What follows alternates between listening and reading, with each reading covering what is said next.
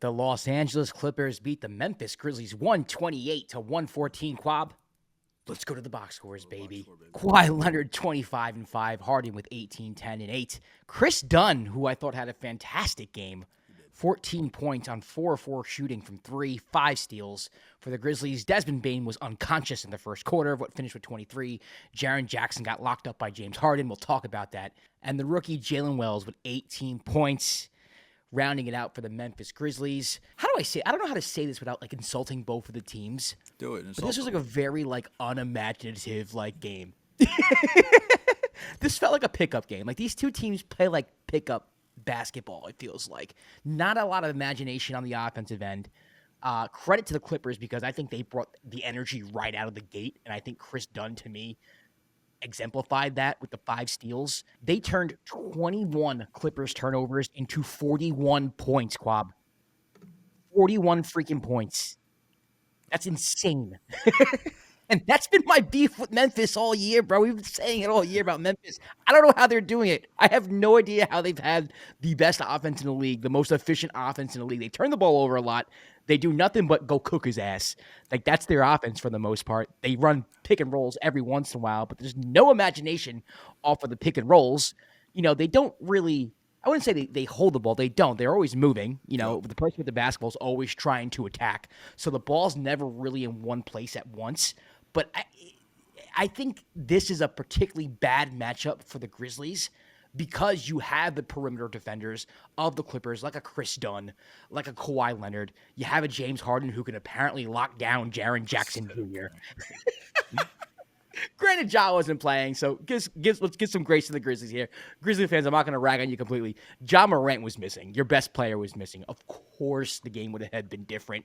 Maybe the result would have been different if Ja wasn't playing. But overall, the theme for the Grizzlies is the same to me. I watched this team play, and this is going to come across as disrespectful. I don't mean it to be disrespectful because I think they're a good team, but I'm just baffled how they have, the best offense in the league statistically. You get that too? Am I bugging? It's just sometimes they look like this, but other times, I mean, it's the tempo of their offense.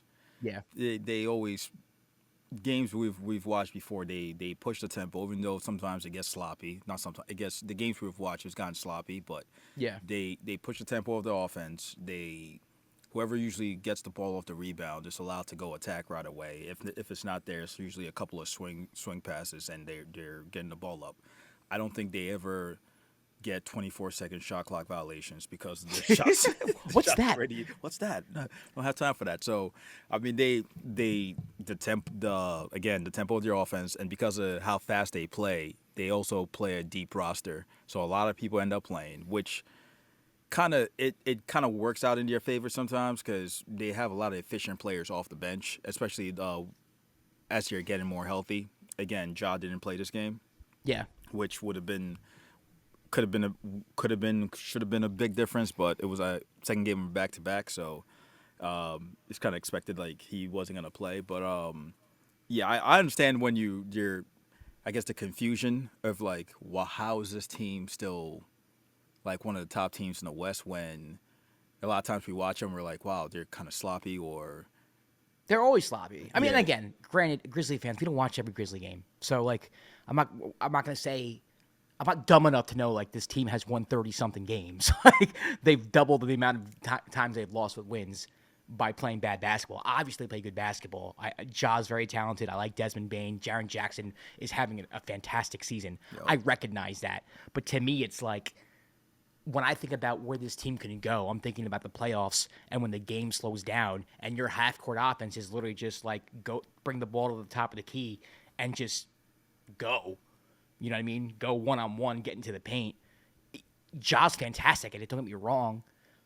But where is the second option? Where's the third option? And when I mean option, I mean a lot of teams, for instance, the Cavs off of the pick and roll, right? You have Evan Mobley or Jared Allen in the short roll who can create something afterwards, or sometimes they run flare screens off of the person who's running the screen. The Grizzlies don't do any of that. They run down screens on the sides off the ball, and they run a pick and roll with Edie or someone, but if the roll's not there, Yeah. there's nothing else. It feels yeah. It feels like that's it, and I mean, I guess you're comfortable with just your main players being the ones to just go attack. If it's usually when they're healthy, if it's Ja, then Desmond Bane, and like we said, Jaren Jackson Jr. is having an all-star year, so he's been mostly consistent all year. To flip it to the Clippers side, defensively, they've been really good all year. Second best defensive rating. I've been saying that. Yeah, I like you've been the saying Clippers. that since for how long? You guys can go back. We're and split check- on the check. Clippers. We For are people split on who the watch Clippers. our power rankings. Yes. We're split on the Clippers. Always split on the Clippers. Always split on the Yeah. Clippers and split on the Magic and split on some other teams. But I'm right about the Clippers. You're wrong about the Magic. No, I'm not. In terms of Clippers, like their defense has been on point all year. Chris Dunn had an amazing game. I think that's a player we both loved when he was at Providence. We thought he was going to be Bro, I thought Chris Dunn was like the next Chris Paul. he was because he was so good in college. He was fire in college, he bro. was so good in college. Well, we thought it was going to translate. So dope. Yeah. And the whole thing, we're like, oh man, when that shot becomes consistent, he's gonna woo, because the defense is there, the passing is there. He was so Yeah. people. I don't think people remember how good he was. He Yeah. was so good in college. If And I you're not think familiar with Chris Dunn and how good he was, like if you're younger, it's whatever. It's not a big deal. Look at Chris Dunn Providence highlights. He used to kill. He used to Yeah. kill, man. But he's found a spot in the league, man. I'm really happy for him. I'm really proud of him too. I mean, this is someone who could have been labeled a bust and he could have been out of the league and playing overseas. And he's worked his ass off. He was in the G League, and he's came back and he's starting. He's starting for a team that's going to be in the playoffs, and he has a significant role. And shout out to him because the Grizzlies were just they put Jaren on him.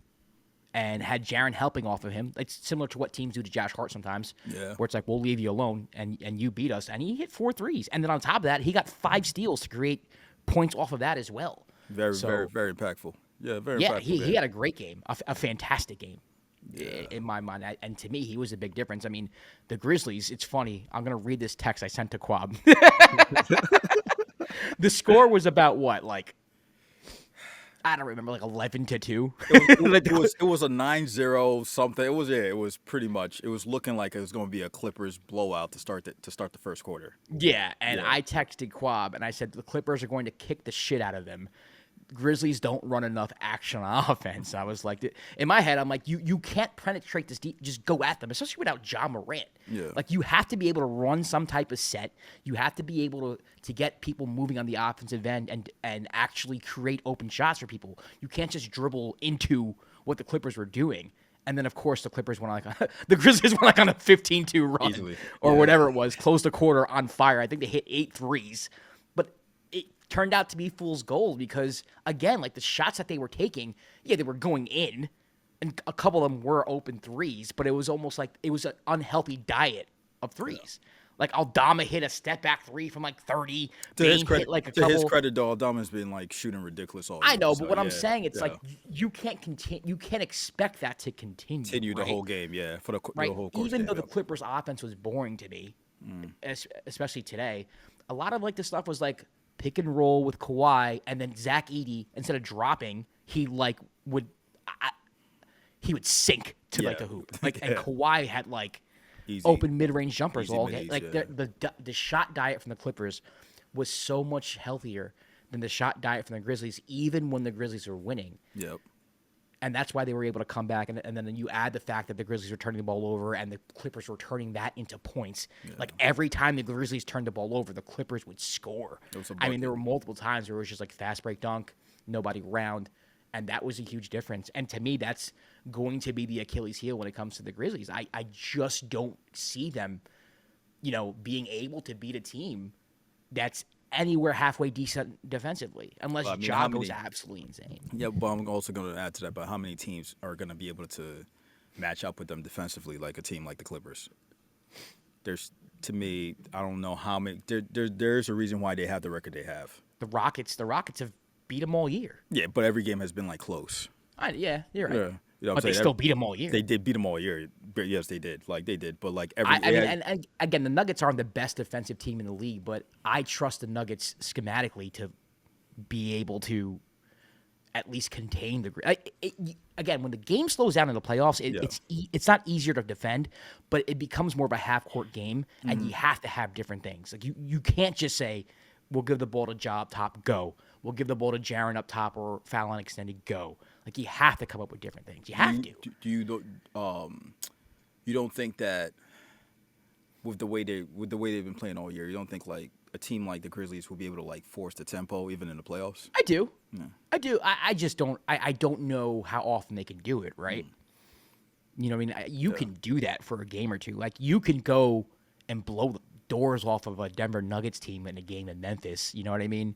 Because Jokic he can't keep up. You're running the bat. You know what I mean? Yeah. Michael Porter Jr. gets lazy. He falls into bad habits. Like, yeah, you can win a couple games like that for sure. Yeah, I don't think the Grizzlies are going to be an easy out. Don't get me wrong. Like, I think they're very talented and they have a lot of players I like. I just think that, again, in the playoffs, especially in the later rounds, when it comes down to it, you got to be able to at least do something else. You know what I mean? Look, you got to create easy baskets. During the course of the season in other games, they've been able to do that. Now, it hasn't been with like more like detailed creative offense. It has been like, here, take the ball and go, and it has worked for them. I completely understand what you're saying, where it's like you got to have something else in terms of like your scheme or just like plays, and not have just like not make it look so simple in terms of the offense.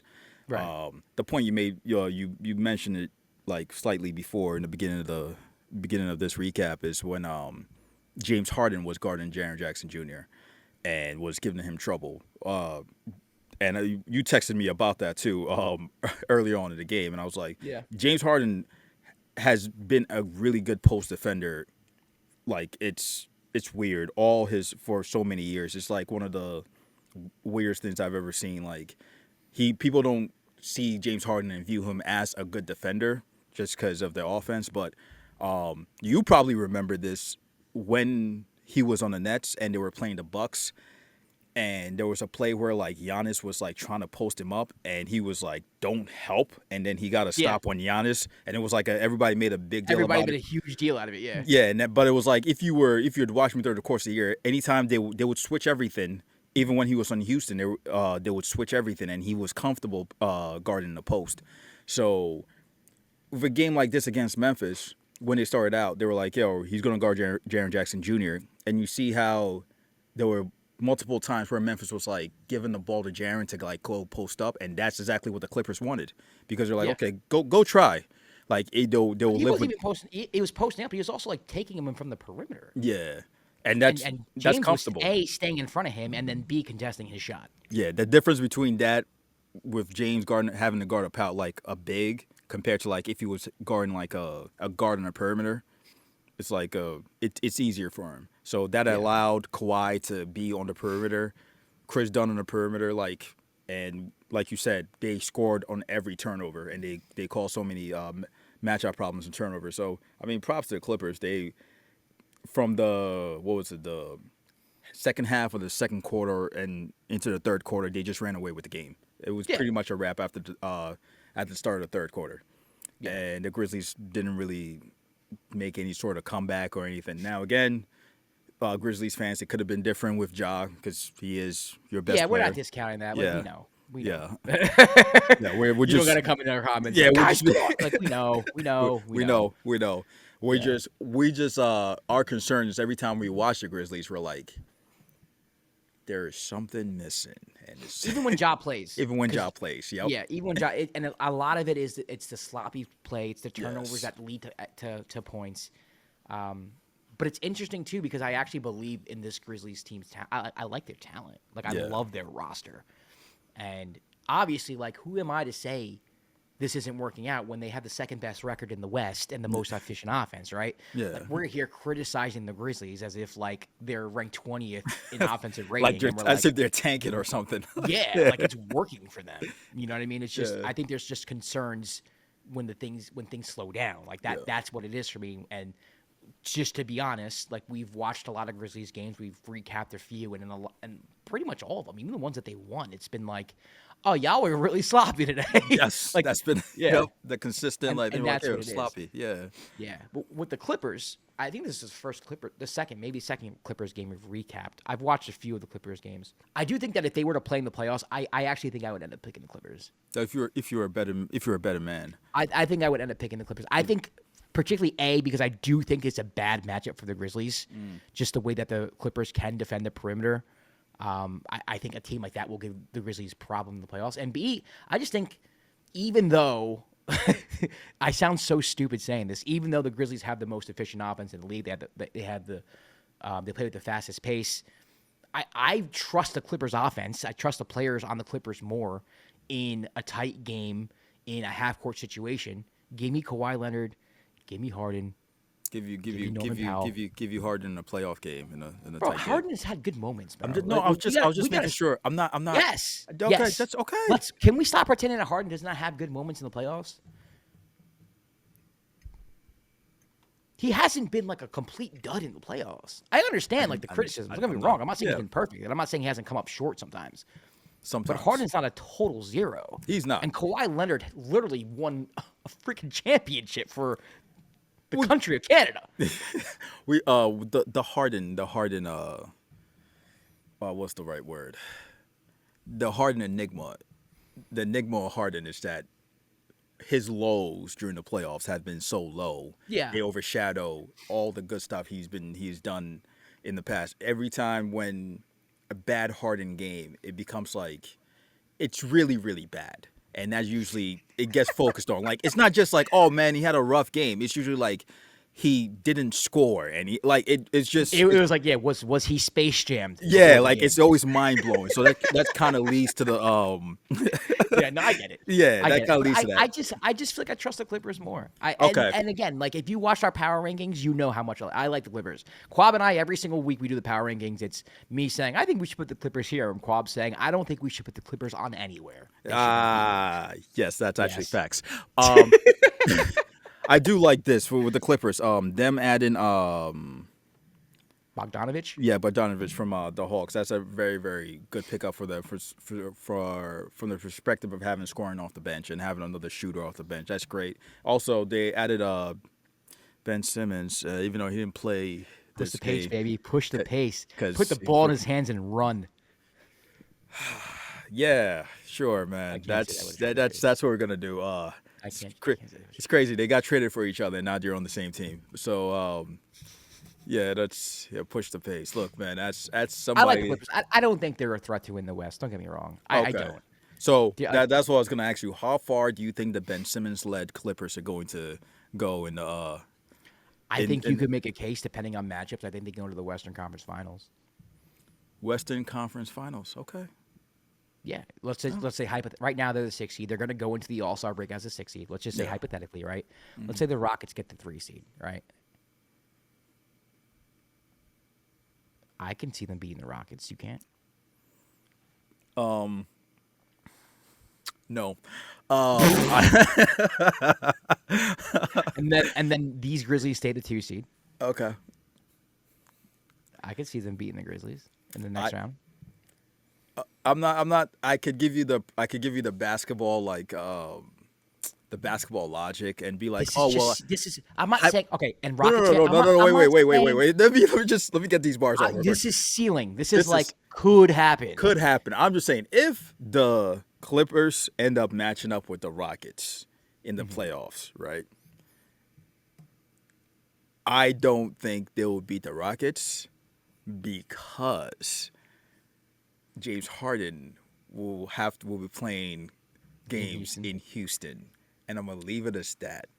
I'll say this, but I'm joking. I'm kidding. I'm kidding. I actually agree with you. I can see them going to Western Conference Finals. It depends on matchups. Yeah, matchups. I could also see them losing in the first round. Yeah. By the way, I'm not saying if the Clippers and Rockets played, I'm gonna pick the Clippers. I don't know. But a healthy Kawhi, healthy Harden.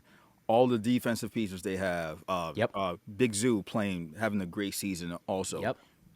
It's very. They could easily. That's a 6-7 game series. Yeah, they could easily. They could make it. That's all I'm saying. They could make it against Memphis. 6-7 game series. Now, I was gonna say this real quick.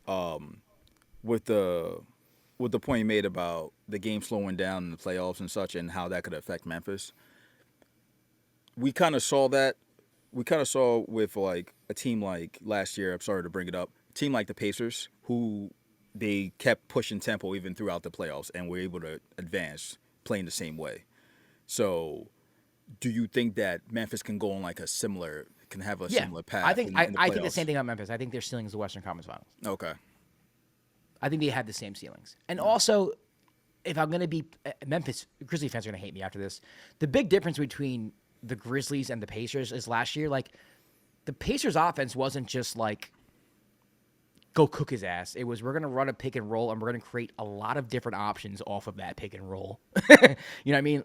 And the Grizzlies just don't have something like that in their arsenal, right?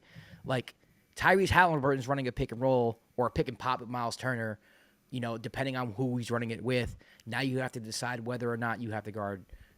You know what I mean? There's just different options you have to go off the pick and roll. They also had a nice ISO option in Pascal Siakam in the post. Like, they had different things they can go to.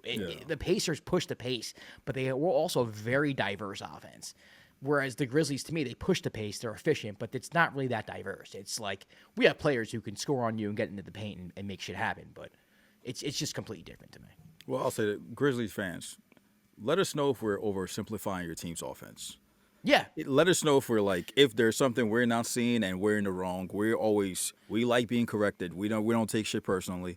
Let us know if there's something we're missing, because from our perspective, every time you watch the Grizzlies, we're just like, we come away saying it's sloppy or like it's kind of, it looks too simple in terms of a team that has so much talent. And they're like, we really like the roster. We think they're a very, very deep team.